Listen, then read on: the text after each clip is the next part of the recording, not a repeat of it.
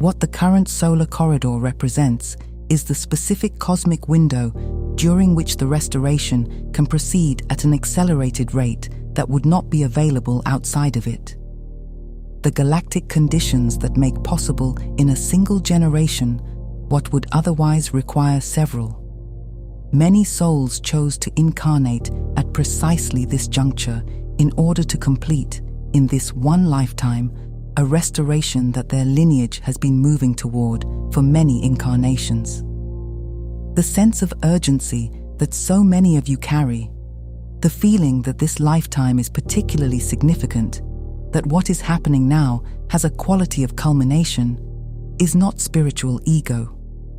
It is the cellular memory of an extraordinarily long journey arriving finally at the conditions that make its completion possible.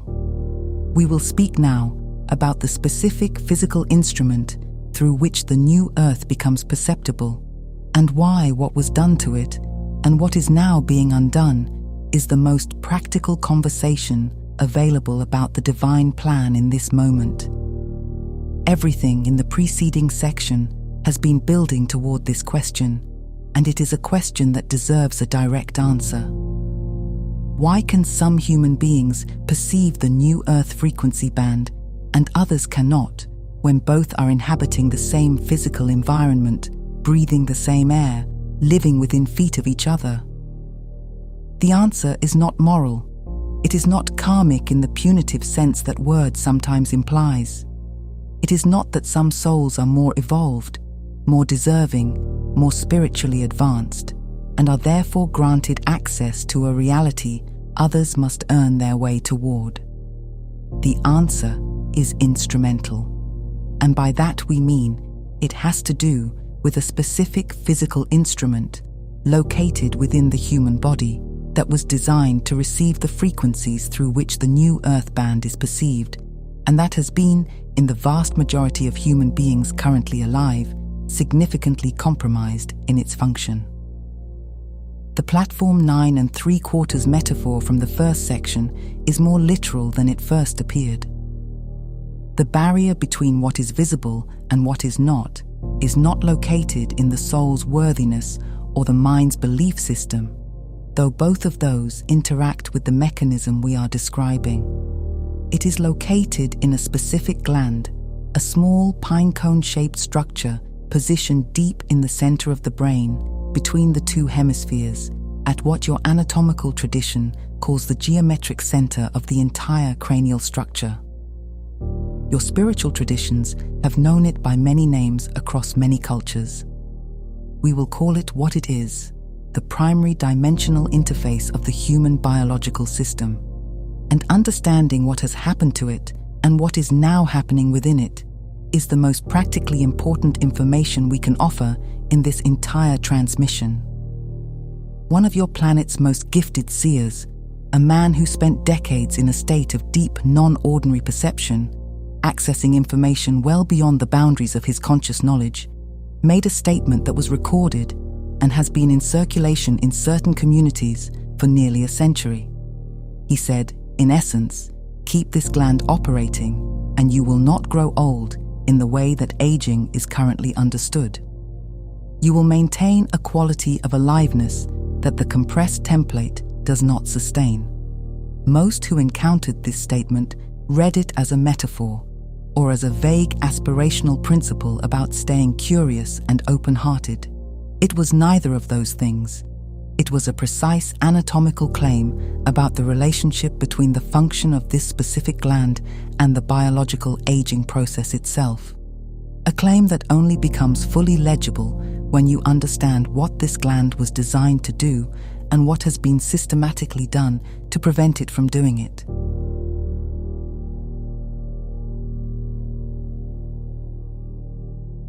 The aging process, as the compressed template experiences it, is not primarily a function of time. It is a function of reduced photonic reception. The human body was designed to receive a continuous supply of specific high-frequency information through this gland, information that guided and sustained the regenerative processes of the cellular system, that maintained the coherence of the energetic architecture throughout the biological form that kept the body in ongoing resonance with the intelligent field that sustains it. When that reception is compromised, the regenerative cycles lose their guidance signal. The body begins to operate, as it were, without its primary navigation system. The cellular renewal that was designed to continue in an ordered, coherent, light-guided way becomes increasingly disordered, and the disorder accumulates across decades in precisely the pattern you call aging. This is not irreversible, but it requires understanding what is causing the compromise before the compromise can be addressed. Deep within the tissue of the pineal gland, your biological sciences have identified something remarkable: microcrystals, not metaphorical crystals, not symbolic ones. Actual biological crystallite structures composed of calcium phosphate with specific properties that have been documented in peer-reviewed biological literature. These structures exhibit piezoelectric behavior, which means they have the capacity to generate an electrical charge when subjected to mechanical pressure, and conversely, to vibrate, physically vibrate, in response to specific electromagnetic fields. Sit with that for a moment. Within the geometric center of the human brain, in the gland that every major ancient spiritual tradition identified as the primary site of divine contact, there are biological crystals that physically respond to electromagnetic stimulation by vibrating. The human body contains, in its most central structure, a biological resonance receiver, a crystalline antenna positioned exactly where your traditions said the gateway to higher perception was located. The frequencies this antenna was designed to receive are not within the ordinary visible spectrum. They are not within the ranges that your current technological environment primarily generates. They are within the higher photonic ranges, the bands delivered by specific solar events, by the galactic photonic field your planet is currently traversing, by the frequencies of the heart in deep states of genuine coherence. When the crystals are uncompromised and capable of vibrating freely, they respond to these frequencies and translate them into biological signals that the entire system receives and acts upon. The higher dimensional reality bands become perceptible because the physical receiver is functioning as designed. When the crystals cannot vibrate, when the gland has calcified around them, when the crystalline structure has been occluded by accumulated mineral deposits that prevent the free resonant response the gland was designed to produce, the antenna is frozen. The frequencies continue to arrive. The signal is broadcasting, but the receiver cannot respond to it. And so, the perceptual access to the bands those frequencies would otherwise open simply does not occur, not because the bands are not real, and not because the soul cannot eventually access them, but because the physical interface through which that access is mediated in an embodied being is not currently operational. Understanding how this calcification occurs is not academic. It is the first step toward actively addressing it, and active addressing of it is one of the most direct contributions to the Starseed mission currently available. The first mechanism is chemical. A specific compound introduced into the water supply of a significant proportion of your global population in the mid-20th century under the framing of dental health, accumulates preferentially in the pineal gland at concentrations higher than in any other tissue in the human body. The accumulation disrupts the gland's production of its primary secretions and contributes directly to the mineralization that reduces the resonant capacity of the crystalline structures within it. The scientific literature on this accumulation is not obscure or contested. It is documented. The specific targeting of the tissue that functions as the human being's primary dimensional interface by a compound whose accumulation there was known is not a coincidence we are in a position to describe as accidental.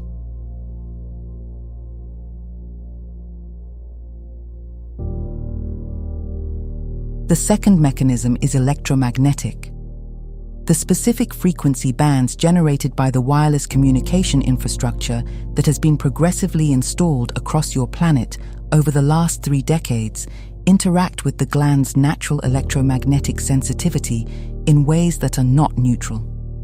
The gland was designed to respond to specific cosmic and natural electromagnetic inputs. Immersion in an environment of continuous, artificial electromagnetic output at frequencies that were never part of its natural operating environment introduces interference into a system that was designed for a very different signal landscape. The third mechanism is biochemical, and it is the most pervasive, the most continuously active, and the most directly addressable. The specific hormone your body produces under conditions of sustained stress and perceived threat. The compound your biology releases when the nervous system is locked in the activation state that evolution designed for genuine physical danger, directly suppresses the enzymatic pathways through which the pineal gland produces its most important secretions. The system that was designed to be your primary channel of higher dimensional perception is chemically shut down by chronic fear. Hear that again, dear ones, because the significance of it is extraordinary. The suppression architecture did not only introduce compounds and electromagnetic interference, it engineered an entire civilizational operating system, economic precarity, social competition, media environments saturated in threat narrative, family systems conditioned by unhealed trauma, designed to maintain the human nervous system in a state of low-grade sustained activation that chemically suppresses the very instrument through which its own suppression could be perceived.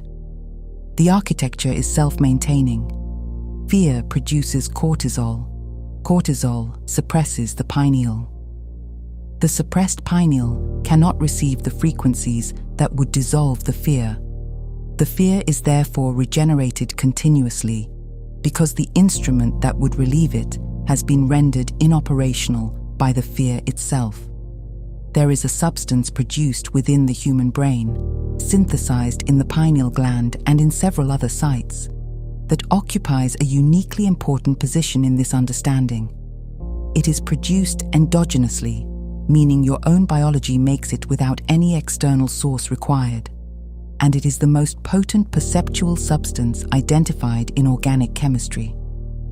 It is the molecule through which the experiences your traditions call mystical, the near-death state, the deepest meditation, the spontaneous moment of cosmic unity, the hypnagogic threshold between sleeping and waking, all naturally occur.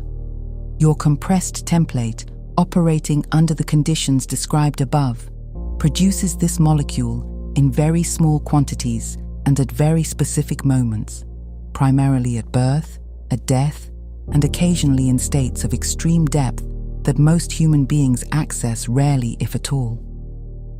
But this limited production is not the design. It is the suppressed version of the design. The original template, with the gland functioning as intended, produced this molecule continuously as part of normal waking perception. What your traditions describe as mystical experience, the direct perception of the unity field, the felt sense of being connected to all of life simultaneously, the quality of perception in which the membrane between the self and the rest of existence becomes transparent, was not meant to be a rare peak experience. It was meant to be ordinary daily consciousness. The mystical is not an elevation above the human. It is the human functioning as designed. This is what the restoration of the gland's function returns. Not a permanent altered state incompatible with functional daily life, but a quality of ordinary perception in which the higher dimensional reality bands are simply part of what is visible, as natural and as unremarkable as the capacity to see color or to hear music.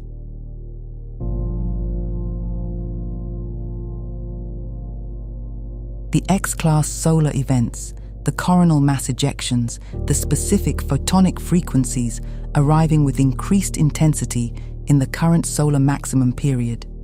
These are not random. They are not simply the outputs of a star going through its natural activity cycle, though at the astronomical level, they are exactly that. At the level of what they deliver to a biological system, with a crystalline resonance receiver at its center, they are precisely calibrated to the frequencies that the pineal's microcrystals respond to. Every significant solar event of the kind your planet has been experiencing with increasing frequency is delivering a specific photonic package to every human body on Earth. In a body whose pineal gland is severely calcified, this package arrives and finds a receiver that cannot adequately respond. The individual may experience the event as vague pressure, fatigue, disrupted sleep, emotional surfacing, the secondary effects of energetic input that the primary receiver could not properly process. In a body whose pineal function has been even partially restored, the same event registers differently, as the specific sensations your community describes as crown activation, as the third eye pressure that is sometimes uncomfortable but carries a quality of opening rather than mere discomfort, as vivid hypnagogic imagery, as the sudden arrival of knowing that has no traceable logical source. These are evidence of new biological and etheric hardware coming online. The discomfort is real and does not need to be minimized. The body is undergoing a genuine biological recalibration, and recalibration can be physically demanding. But the orientation toward it matters enormously. There is a profound difference between the experience of a body being broken down by forces it cannot handle and the experience of a body being upgraded by frequencies it was always designed to receive but has not had access to for a very long time. They can produce similar physical sensations. They carry completely different energetic signatures, and the ground crew, when oriented correctly, can feel that difference. The restoration does not arrive all at once, and the sequence through which it proceeds is consistent enough to offer as a genuine map. The first recoveries are characteristically subtle, and they tend to be dismissed or explained away before they are recognized for what they are. Dream recall becomes more vivid and more coherent. The gland begins processing during the sleep state when the conscious mind's habitual interference is suspended, and the dreams carry an informational quality that feels different from the ordinary processing dreams of earlier life. The capacity for what might be called emotional truth sensing increases. An enhanced ability to sense the genuine state of a situation, a relationship, or another person's inner experience, arriving before and often independently of any logical assessment. Synchronicity begins to feel less like random coincidence and more like a reliable navigational system. The sense that the field around you is responsive to your inner states in ways that are increasingly unmistakable. As restoration proceeds, the perceptual access expands. The capacity to sense the energetic reality beneath the social surface of interactions develops. The ability to know something about a situation that cannot have arrived through normal informational channels. For some, this eventually extends into experiences that your community calls multidimensional sight. Brief but unmistakable perceptions of aspects of reality that the ordinary compressed template is not equipped to register. The final stage of restoration, which for most of the current ground crew represents a horizon ahead rather than a present reality, returns what was always the intended baseline of the original template: the direct, continuous, lived perception of the unified field. The moment-to-moment awareness of the intelligence that is present in and as every element of existence. Not as a belief, not as a philosophical position, not as a spiritual aspiration. As the simple, unremarkable, ordinary experience of what it is to be a human being whose primary perceptual instrument is functioning as it was designed to function.